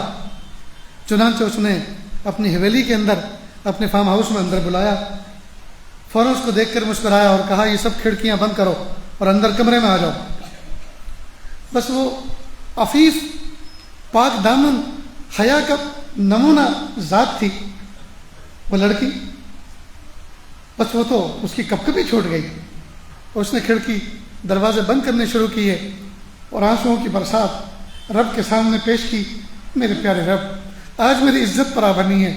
میرے پیارے اللہ میں نے کبھی بھی کسی نامحرم کے ساتھ میں حرام تعلقات قائم نہیں کیے۔ میرے پیارے اللہ جب میں کنواری تھی جب میں نے کسی کے ساتھ میں حرام تعلقات قائم نہیں کیے، اب جب کہ میں کئی بچوں کی ماں ہوں اللہ اب یہ کیا مصیبت آئی ہے، اب یہ کیا میرے اوپر آزمائش آئی ہے۔ میرے پیارے رب میری حفاظت فرماؤ۔ اب وہ کھڑکی بند کر رہی ہے، دل ہی دل کے اندر اللہ سے مناجات کر رہی ہے، آنسو بہا رہی ہے۔ جب ساری کھڑکی دروازے بند کر دیے، ایک کونے میں اللہ کے سامنے کھڑے ہو کر رونے لگی۔ اب اس نے زور سے آواز دی کہ کہاں ہے تو؟ ابھی تک تو نے کھڑکی دروازے بند نہیں کیے۔ کہ جی میرے مالک میں نے سارے کھڑکی دروازے بند کر دیے لیکن ایک کھڑکی مجھ سے بند نہیں ہو رہی۔ اب وہ بھاری بھرکم ہو کر آیا اور کہ کون سی کھڑکی تجھ سے بند نہیں ہو رہی؟ کیا تو اتنی کمزور ہے کہ تجھ سے کھڑکی بند نہیں ہوتی؟ اس نے کہا مخلوق جن کھڑکیوں اور دروازوں سے دیکھتی ہیں وہ تو میں نے ساری بند کر دی، لیکن جس کھڑکی سے میرا رب مجھے دیکھ رہا ہے وہ کھڑکی مجھ سے بند نہیں ہو پا رہی۔ بس اتنا کہنا تھا، اس نوجوان کے پیروں کے نیچے سے زمین نکل گئی۔ اس نے سوچا ہائے، اس نے مجھے کیسا اپنے رب کی طرف متوجہ کیا، کیسا میرے اللہ تعالیٰ کی یاد دلا دی۔ فوراً کانپ گیا، قدموں میں گر گیا اور کہا سوری، مجھے معاف کر دو، اللہ کے واسطے مجھے معاف کر دو، اللہ کے واسطے مجھے معاف کر دو۔ تم اللہ کی اتنی نیک بندی اور میں کتنا خبیث، میں کتنا گیا گزرا انسان کہ تیرے اندر لالچ رکھتا ہوں، اللہ کے لیے مجھے معاف کر دو، اللہ کے لیے مجھے معاف کر دو۔ میرے بھائیوں، یہ چیز اگر ہمارے اندر پیدا ہو جائے، میرا رب مجھے دیکھ رہا ہے، میرا رب مجھے دیکھ رہا ہے، تو دوستو ہماری جلوت اور خلوت دونوں برابر ہو جائیں گی۔ کیا مخلوق اور کیا تنہائی، ہماری سب کے سب برابر ہو جائیں گی۔ اس لیے ایک صحابی کے سامنے اللہ کے محبوب صلی اللہ علیہ وسلم نے یہ نصیحت فرمائی، اتق اللہ حیث ما کنت۔ غالباً معاذ بن جبل رضی اللہ عنہ کی نصیحت فرمائی تھی، اتق اللہ حیث ما کنت، اللہ سے ڈرتے رہو جہاں کہیں بھی تم ہو۔ کیا مطلب؟ جہاں کہیں بھی ہو۔ مجلس میں گناہ کا تصور نہیں کر رہے، کیوں کہ اس وقت اللہ کی رحمت برس رہی ہے، مجلس کا روحانی ماحول سجا ہوا ہے۔ مسجد کے اندر نماز پڑھنے آتے ہیں، وہاں گناہ کا تصور نہیں کرتے، یہ اللہ کا گھر ہے، خانہ خدا ہے۔ قبرستان میں گناہ نہیں ہوتے، کیوں؟ اس لیے کہ قبرستان ہے، ہمیں بھی مر کے یہاں آنا ہے۔ تو کچھ جگہوں پہ تو ہم آٹومیٹکلی متقی ہوتے ہیں، لیکن کمال تو یہ ہے حیث ما کنت، اللہ سے ڈرے جہاں کہیں بھی ہو۔ مسجد میں ہے تو بھی، بازار میں ہے تو بھی، حرم میں ہے تو بھی، تنہائی میں ہے تو بھی، جہاں جہاں تنہائیوں میں ہے، جہاں گناہ ہوتے ہیں وہاں بھی ہم اللہ سے ڈریں۔ یہ ہے اتق اللہ حیث ما کنت، اللہ سے ڈرو جہاں کہیں بھی تم ہو۔ اسی طرح کچھ شخصیات تو ایسی ہوتی ہیں، ان کے سامنے بندہ تقوی کے ساتھ رہتا ہے، ماں باپ کے سامنے، استاد پیر و مرشد کے سامنے بندہ گناہ کرنا تو دور کی بات ہے، تصور بھی اپنے ذہن میں نہیں لاتا، کیوں؟ استاد ہے سامنے، ماں باپ ہے سامنے، مرشد ہے سامنے۔ لیکن جب یہ نہیں ہوتے تو پھر دوسروں کے سامنے محفل میں بیٹھا ہوا ہے اور گناہ کی پلاننگ کر رہے ہیں۔ تو اتق اللہ حیث ما کنت، استاد ہو یا نہ ہو، مرشد ہو یا نہ ہو، ماں باپ ہو یا نہ ہو، کسی بھی محفل میں کہیں بھی بیٹھے ہوں، چاہے پارلیمنٹ میں ہوں، چاہے اپنے آفس میں ہوں، چاہے جاب پر ہوں، چاہے شاپ پر ہوں، چاہے کھیت اور کھلیان میں ہوں، جہاں کہیں بھی ہوں اللہ سے ڈرتے رہو۔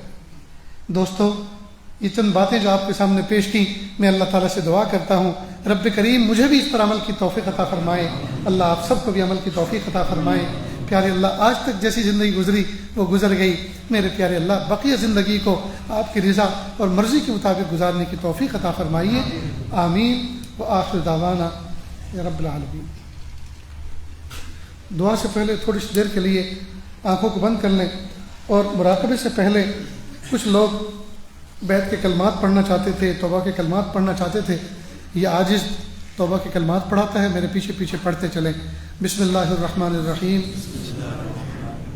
لا الہ الا اللہ محمد الرسول اللہ صلی اللہ علیہ وسلم، اشہد ان لا الہ الا اللہ واشہد ان محمدا عبدہ ورسولہ، استغفر اللہ ربی من کل ذنب واتوب الیہ، استغفر اللہ ربی من کل ذنب واتوب الیہ، آمنت باللہ کما ہوا باسمائہ وصفاتہ وقبلت جمیع احکامہ، اقرار باللسان وتصدیق بالقلب، وصلی اللہ تعالی علی خیر خلقہ محمد وعلی آلہ واصحابہ اجمعین برحمتک یا ارحم الراحمین۔ اللہ کا شکریہ، کلمات پڑھنے کے بعد توبہ طائب ہو گئے، اللہ تعالیٰ اس توبہ کو قبول فرمائے۔ ہلکے پھلکے معمولات ہیں، جو نئے بیت ہونے والے ہیں وہ ان معمولات کو کریں، ایک تسبیح استغفار کی، ایک درود شریف کی، ایک تیسرے کلمے کی صبح شام پڑھیں۔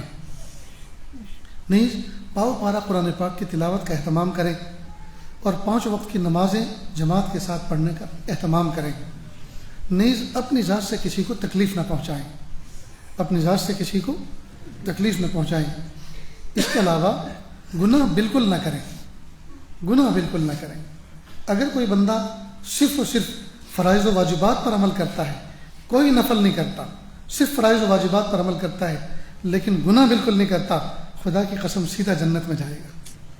لیکن ایک بندہ فرائض و واجبات پر بھی عمل کرتا ہے، نوافل مستحبات اور سنتوں پر بھی عمل کرتا ہے اور گناہ بھی نہیں چھوڑتا، تو جہنم میں تو ضرور جانا پڑے گا۔ اللہ حفاظت فرمائے۔ اس لیے دوستو، کسی بزرگ کے سامنے ان کے مریدین بیٹھے ہوئے تھے، بزرگ نے فرمایا میرے پیارے بچوں، اللہ کا ولی بننا چاہتے ہو؟ کہ جی حضرت۔ سب کے سب بننا چاہتے ہو؟ جی حضرت۔ بس ایک کام کر لو، صرف ایک کام کرو گے نا؟ کہ حضرت کیوں نہیں کریں گے؟ اللہ کا ولی بننے کے لیے صرف ایک کام تو کر لیں گے، مر کٹ کے کر ہی لیں گے ایک تو۔ کہ سنو، اس میں بھی ڈسکاؤنٹ دیتا ہوں، ایک کام بھی کرنے کا نہیں ہے بلکہ نہ کرنے کا ہے۔ ایک کام جو کرنے کو میں کہہ رہا ہوں وہ کرنے کا نہیں ہے بلکہ نہ کرنے کا ہے۔ جی کریں گے نا اس کو؟ کہ جی حضرت یہ تو اور آسان ہو گیا۔ کہ گناہ نہ کرنا، گناہ نہ کرو، جی اللہ کے ولی بن جاؤ گے۔ ولایت اور اللہ کی ولایت اور معصیت دونوں ایک ساتھ جمع نہیں ہوا کرتی۔ اللہ ہم سب کی حفاظت کرے۔ کہنے والا بھی محتاج ہے، سننے والے بھی محتاج ہے، ہم سب کے سب محتاج بندے ہیں۔ آئیے اللہ کے سامنے بھیک مانگیں۔ دعا سے پہلے تھوڑی دیر کے لیے آنکھوں کو بند کر لیں، سر کو جھکا لیں، دنیا اور دنیا میں جو کچھ ہے اس سے ہٹ کٹ کے اللہ کی یاد میں ڈوب جائیں۔ نیت کریں اللہ کی رحمت آ رہی ہے، میرے دل میں سما رہی ہے، میرے دل سے گناہوں کی ظلمت و سیاہی دور ہو رہی ہے، میرا دل کہہ رہا ہے اللہ اللہ اللہ۔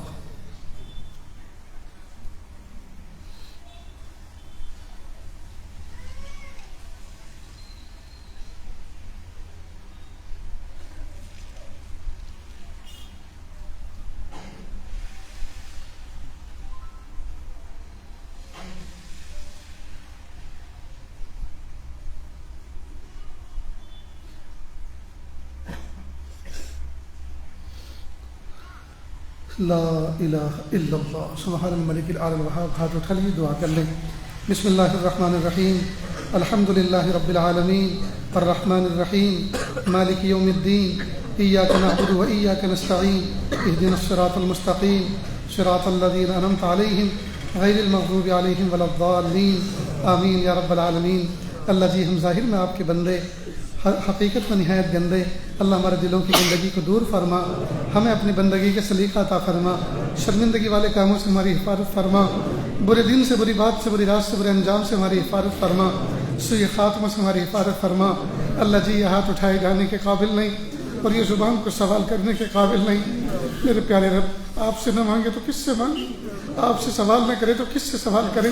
ایک کمزور ایک قوی کے دروازے پر، ایک سائل ایک سخی کے دروازے پر، ایک محتاج ایک غنی کے دروازے پر حاضر ہے۔ میرے پیارے اللہ معاف کر دیجیے، معاف کر دیجیے، معاف کر دیجیے، معاف کر دیجیے۔ میرے پیارے اللہ، اس محفل میں نوجوان بچے اللہ پھول جیسی جوانی رکھنے والے بیٹھے ہوئے ہیں، گرم گرم خون رکھنے والے بیٹھے ہوئے ہیں۔ میرے پیارے رب، میرے پیارے رب، آج یہ گرم خون رکھنے والے جوان بچے اپنے گناہوں پر نادم و شرمندہ ہیں۔ میرے پیارے اللہ، پہلے زمانے میں 100 سال کی عمر پانے والے لوگوں نے پوری زندگی میں اتنے گناہ نہیں کیے جتنے کہ 20 سال کی عمر رکھنے والوں نے کر ڈالے۔ اور پیارے رب، کچھ گناہ ایسے ہیں جو ابھی تک نہیں ہو سکے، ابھی تک نہیں ہوئے، اور وہ اس لیے نہیں کیے کہ ان سے نفرت ہے، ان کو نہیں کرنا، بلکہ ان کا ابھی موقع نہیں ملا۔ اگر موقع ملتا تو شاید وہ بھی کر لیتے۔ ہائے میرے پیارے رب، ہائے میرے پیارے رب، ہم تو لٹ گئے، ہم تو چھن گیا اللہ، سب کچھ چھن گیا اللہ، تہی دامن ہو گئے، خالی ہاتھ ہو گئے۔ اے میرے پیارے رب، لٹے ہوئے قافلوں پر راستے کے انسان رس کھا لیتے ہیں، لٹے ہوئے مسافروں کو کھانا دے دیتے ہیں، لٹے ہوئے مسافروں کو کچھ پیسے دے دیتے ہیں، لٹے ہوئے مسافروں کو کچھ توشہ دے دیتے ہیں۔ اے میرے پیارے اللہ، ہم لٹے پیٹے آپ کے دربار میں بیٹھے ہیں۔ ہائے میرے پیارے رب، تقوی لٹ گیا، تنہائیوں کی عبادت لٹ گئی، مقام احسان لٹ گیا، مقام احسان لٹ گیا، سنتیں لٹ گئیں، ماں باپ کی خدمت لٹ گئی، قرآن پاک کی تلاوت لٹ گئی۔ یا اللہ، درود شریف پڑھنا لٹ گیا، ذکر کرنا لٹ گیا، سب چھوٹ گیا۔ ہائے میرے پیارے رب، کہ اللہ ہمیں توفیق طاعت دے دیجئے، توفیق طاعت دے دیجئے، توفیق طاعت دے دیجئے، توفیق طاعت دے دیجئے۔ اللہ جی معاف کر دیجئے، معاف کر دیجئے، رب کریم معاف کر دیجئے، اچھے رب معاف کر دیجئے، سہنے رب معاف کر دیجئے، اچھے اللہ معاف کر دیجئے، اچھے اللہ معاف کر دیجئے، سہنے اللہ معاف کر دیجئے، اچھے رب معاف کر دیجئے، سہنے رب معاف کر دیجئے۔ اپنا بنا لیجئے، اپنا بنا لیجئے، اپنا بنا لیجئے۔ میرے پیارے اللہ، ایک ماں کے 5 بچے ہوں، 4 صاف ستھرے ہوں، گھر میں مہمان آنے والے ہوں، اور ایک بچے نے نجاست کی ہو، گندگی کی ہو، اس پہ مکھی بھنک رہی ہو، تو ماں کی سب سے زیادہ توجہ اس بچے کی طرف ہوتی ہے کہ اچھوں کو تو کوئی بھی گود میں اٹھا لے گا، میرے اس گندے کی طرف کوئی دیکھنا بھی پسند نہیں کرے گا۔ میرے پیارے اللہ، جس ماں کا بچہ گندا ہوتا ہے، ماں کی سب سے زیادہ توجہ اس بچے پر ہوتی ہے۔ اللہ جی ہم سب سے زیادہ گندے ہیں آپ کے، میرے اللہ آپ کے بندوں میں سب سے زیادہ گندے بندے ہیں۔ اللہ جی توجہ فرما لیجئے، آپ تو 70 ماؤں سے زیادہ مشفق و مہربان ہیں، آپ توجہ فرما لیجئے، آپ ہمیں معاف کر دیجئے، آپ ہمیں دھوبی بیٹا چاند سا بنا دیجئے، دھوبی بیٹا چاند سا بنا دیجئے۔ اللہ ہمیں پاک کر دیجئے، اللہ ہمیں صاف کر دیجئے، ماں باپ کی آنکھوں کی ٹھنڈک بنا دیجئے۔ میرے پیارے اللہ، ابھی تو نوجوان بچے کماتے بھی نہیں ہیں، ابھی تو باپ کمائی پہ راج کرتے ہیں، باپ کمائی کا ڈیزل اور پیٹرول پھونکتے ہیں، باپ کمائی کا انٹرنیٹ پیکج لیتے ہیں۔ اے میرے پیارے اللہ، پھر بھی ہم باپ کی خدمت نہیں کر پاتے، پھر بھی باپ تنہائی میں اپنی بیٹھک میں پڑا ہوتا ہے، ہم اس کے پاس آ کے نہیں بیٹھتے، نہیں پوچھتے ابا تمہارا کیا دکھتا ہے، نہیں ان کے پیر دباتے، نہیں ان کے سر پہ تیل کی مالش کرتے۔ ماں جو صبح سے شام تک خادموں کی طرح، باندیوں کی طرح، نوکرانیوں کی طرح ہمارے لیے پکوان تیار کرتی ہے، ہمارے کپڑے واشنگ مشین سے دھو کے نکالتی ہے، پرہیز کرتی ہے، اس ماں کو نہیں پوچھتے امی آپ کو کیا خدمت کی ضرورت ہے، امی آپ کو کیا چاہیے۔ ہائے میرے پیارے رب، آج کے نوجوان بچے اور بچیوں کو کیا ہو گیا، یہ فون کے ہو کر رہ گئے، انٹرنیٹ کے ہو کر رہ گئے۔ میرے پیارے اللہ، بچوں کو یہ توفیق دے دیجئے، وہ محبت کی نظر سے روزانہ صبح شام ماں باپ کو محبت کی نظر سے دیکھنے والے بنے۔ حدیث پاک میں ہے جو بچہ بچی اپنے ماں باپ کو محبت کی نظر سے دیکھے اس کو مقبول حج عمرے کا ثواب ملتا ہے۔ حدیث کے مفہوم ہے میرے پیارے اللہ، بچوں کو اپنے ماں باپ کو محبت کی نظر سے، عظمت کی نظر سے دیکھنے کی توفیق عطا فرما۔ کہ اللہ گھر جہنم کے نمونے بن چکے ہیں، اللہ ان کو جنت کا نمونہ بنا دیجیے۔ کہ اللہ گھروں کے اندر بہت سی ہماری ماں بہنیں ایسی ہیں جن کا نکاح ہوئے زمانہ گزر چکا لیکن گود اولاد سے خالی ہے، اللہ سب کو نرینہ اولاد عطا فرما، بیٹی بھی عطا فرما اور بیٹے بھی عطا فرما۔ کہ اللہ کتنے ایسے ہیں جن کا نکاح ہوئے زمانہ گزر چکا لیکن میاں بیوی میں آج تک محبت پیدا نہ ہو سکی، اللہ سچی محبت پیدا فرما، سچی الفت پیدا فرما۔ کہ اللہ کتنے ایسے ہیں جن کے بچے ہو چکے لیکن بچے نافرمان نکلے، اللہ اولاد کے دکھوں سے حفاظت فرما، اللہ اولاد کے دکھوں سے حفاظت فرما، اولاد کو فرما بردار بنا دیجئے، اللہ اولاد کو نیکوکار بنا دیجئے۔ اے میرے پیارے رب، اے میرے سونے رب، ہم آج تک آپ کی دی ہوئی نعمتوں کا شکر ادا نہ کر سکے، اللہ بروز محشر قیامت کے دن اگر ہم میں سے آپ نے ایک ایک کو تنہائی میں بلایا اور تنہائی میں بلانے کے بعد یہ کہا اے میرے بندے تم نے راتوں کی تنہائیوں میں اور راتوں کی خلوتوں کے اندر جو نافرمانیاں کی تھی، جو گناہ کیے تھے، ہم نے اپنے فرشتوں کے ذریعے سے اس کی ویڈیو تیار کروائی تھی، مووی تیار کرائی تھی، کیا اس کو ڈسپلے پہ دکھا دیا جائے؟ کیا تم اس بات کو پسند کرتے ہو اس کو دکھا دیں یا پھر اس کے بدلے تم جہنم میں جانا پسند کرو گے؟ تو پیارے اللہ، ہم میں سے کوئی مائی کا لال ایسا نہیں ہے کہ اللہ جو اس کو ڈسپلے کروانا پسند کرے، سب کہیں گے اللہ نانا پیارے اللہ مت کیجیے ایسا، ہم جہنم میں کوئلہ بن جائیں گے، ہم جل کر خاک ہونا پسند کریں گے۔ لیکن اگر آپ نے دکھا دیا، پیاری ماں دیکھے گی اور کہے گی ہائے میری چھاتی سے دودھ پی کر یہ کرتا تھا، میری چھاتی سے دودھ پی کر یہ میری بچی ایسے کارنامے انجام دیتی تھی۔ میرے پیارے رب، میرے پیارے نبی دیکھیں گے، شرمندہ ہو جائیں گے، میرا امتی ہو کر ایسے کام کرتا تھا۔ میرے پیارے اللہ، میرے سگے بھائی دیکھیں گے اور کہیں گے میرا بھائی بزرگ بنا پھرتا تھا اور تنہائی میں ایسے کام کیا کرتا تھا۔ اللہ بڑی رسوائی ہو جائے، اللہ بڑی رسوائی ہو جائے، بڑی رسوائی ہو جائے۔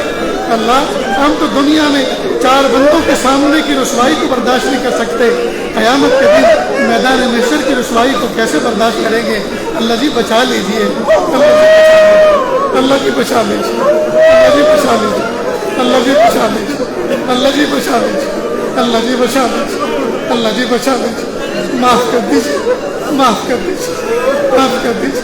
آج تو ہم دھوبی بیٹا چاند سا معافی کے ساتھ اٹھنا چاہتے ہیں اللہ، صفائی کے ساتھ اٹھنا چاہتے ہیں، تقوی کے ساتھ اٹھنا چاہتے ہیں، پاکیزگی کے ساتھ اٹھنا چاہتے ہیں۔ میرے پیارے اللہ دھو دیجیے، پیارے اللہ دھو دیجیے، پیارے اللہ پاک کر دیجیے، پیارے اللہ۔ ابھی ابھی آپ نے بارش برسائی، سارے پتوں نے، درخت کے سارے پتوں نے غسل کر لیا، سارے پتے صاف ستھرے ہو گئے۔ اے میرے پیارے رب، درختوں کو کون نہلاتا ہے؟ درختوں کو کون غسل دیتا ہے؟ درختوں کی گرد کو کون دھوتا ہے؟ اے میرے پیارے رب، آپ بارش برساتے ہیں، سارے درخت غسل کر لیتے ہیں، سارے درخت کا غسل ہو جاتا ہے۔ اے میرے پیارے رب، رحمت کی بارش برسا دیجیے اور ہمارے باطن کو اللہ پاکیزگی تقوی کا غسل دے دیجیے، تقوی کا غسل دے دیجیے۔ اس وقت کے آنے سے پہلے کہ لوگ ہمیں غسل میت دے، غسل توبہ کی توفیق عطا فرما۔ اس وقت کے آنے سے پہلے لوگ ہمیں کفن پہنائیں، لباس تقوی پہننے کی توفیق عطا فرما۔ اس وقت کے آنے سے پہلے کہ لوگ ہمارے جنازے کی نمازیں پڑھیں، کہ اللہ ہمیں اختیار سے نماز پڑھنے کی توفیق عطا فرما۔ میرے پیارے اللہ، وہ وقت کیسا ہوگا، وہ منظر بھی کیسا ہوگا جب ہماری روح نکل جائے گی، بیوی الگ رہے گی، بچے الگ تڑپیں گے، دوست الگ تڑپیں گے۔ پھر تھوڑی دیر کے بعد مرد گھر میں داخل ہوں گے، عورتوں کو کہیں گے رونا بند کرو، خاموش ہو جاؤ، صبر کرو، سورہ فاتحہ پڑھو، تلاوت کرو۔ عورتوں کو ایک طرف کونے میں کر دیں گے اور کچھ مرد لوگ ہمارے جسم کو غسل دیں گے۔ ہمارے پہنے ہوئے کپڑے، جن کپڑوں کو پہن کر ہم ناز سے چلا کرتے تھے، نکل سکتے ہوں گے تو نکالیں گے، ورنہ قینچی سے کاٹ ڈالیں گے۔ پھر ہمیں غسل دیا جائے گا، پھر ہمیں 2-3 چادروں میں لپیٹ دیا جائے گا، پھر ہمیں جنازے کی چارپائی پہ لٹا کر ہمیں 4 کندھوں کے ذریعے سے گھر کے باہر نکالا جائے گا۔ بچے الگ تڑپے گی، بیوی الگ تڑپے گی، بچے الگ تڑپیں گے، دوست احباب الگ تڑپیں گے، اہل والے الگ تڑپیں گے۔ اور پھر پیارے اللہ، پھر چند قدم کے فاصلے پر ہمارے جنازے کو قبرستان میں رکھ دیا جائے گا۔ اس کے بعد ہماری میت کو قبر میں اتاری جائے گی، تختے درست کیے جائیں گے، اور سب جتنے بھی نیئر دیئر ہوں گے، سارے کے سارے 3-3 مٹھی مٹی ہماری قبر میں ڈال کے کھڑے ہو جائیں گے۔ سب کے سب اپنے اپنے گھر چلے جائیں گے۔ پھر ہم ہوں گے، فرشتے ہوں گے، ہم ہوں گے، یا تو عذاب ہوگا یا جنت کا گھڑا ہوگا۔ آئے میرے پیارے رب، میرے پیارے رب، ہم آپ سے معافی چاہتے ہیں کہ اللہ ہماری قبر کو دفنانے سے پہلے اللہ جنت کا گھڑا بنانے کے فیصلے فرما دیجیے، جنت کے باغ بنانے کا فیصلہ فرما دیجیے۔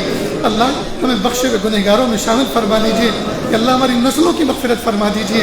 اللہ ہمارے گھر میں دین اور تقوی عطا فرما دیجیے، ہمارے گھر والوں کو متقی بنا دیجیے، ہمارے گھر میں دین کو زندہ کر دیجیے۔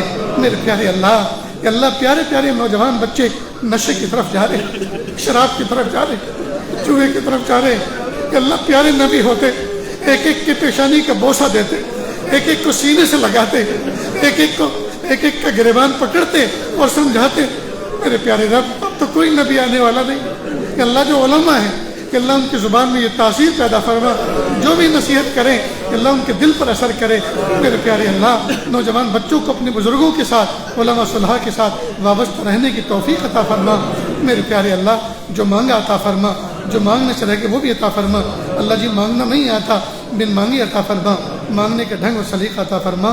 وصلی اللہ تعالی علی خیر خلقہ محمد و آلہ و اصحابہ اجمعین برحمتک یا ارحم الراحمین۔